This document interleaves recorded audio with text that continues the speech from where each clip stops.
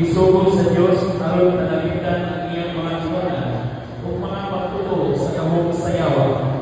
Siya man ang nagtabog sa dakong dragon, ang kaning halas, kalingandan yawa o Satanas, ang nanital sa kalibutan.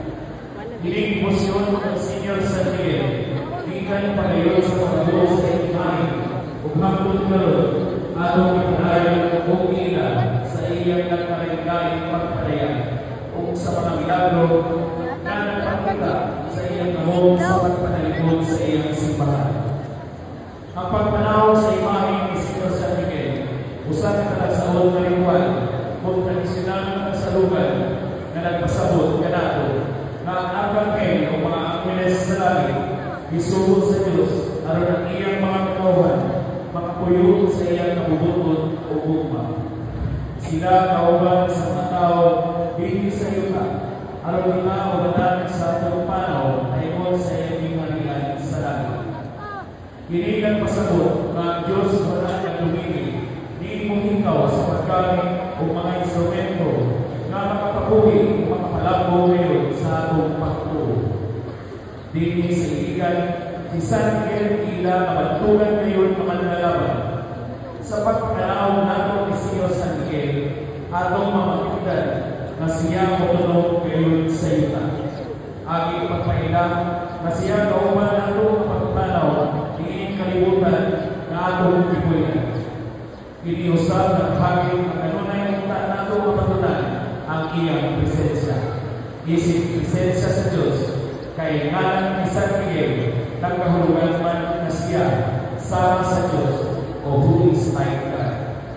Atong pangayon na sa atong pagpangandam sa Jubileo sa simbahan na mahitabo sa sunod-tuig atong mapatunan ang iyas sa usap ka manlalaban ug magpalantay sa usap-usa ug sa tanang kabuhatan.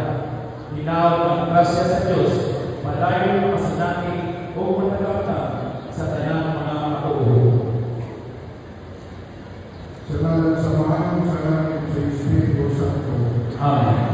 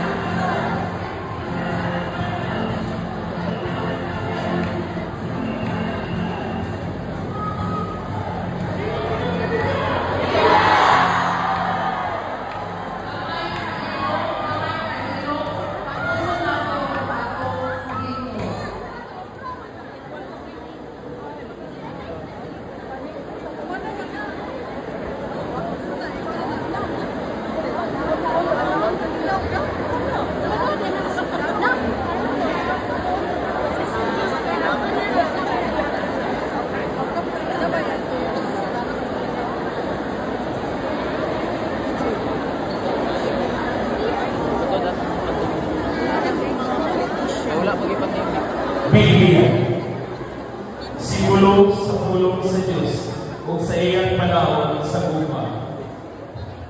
Sa bagong kasabutan, ang Arkanghel San Miguel o yung pagyanan ng ating kanalikod batok sa dautan, madaugon na nag-away batok sa Satanas o sa iyang mga kaabang, pinagi sa kanabang ni San Miguel Arkanghel o sa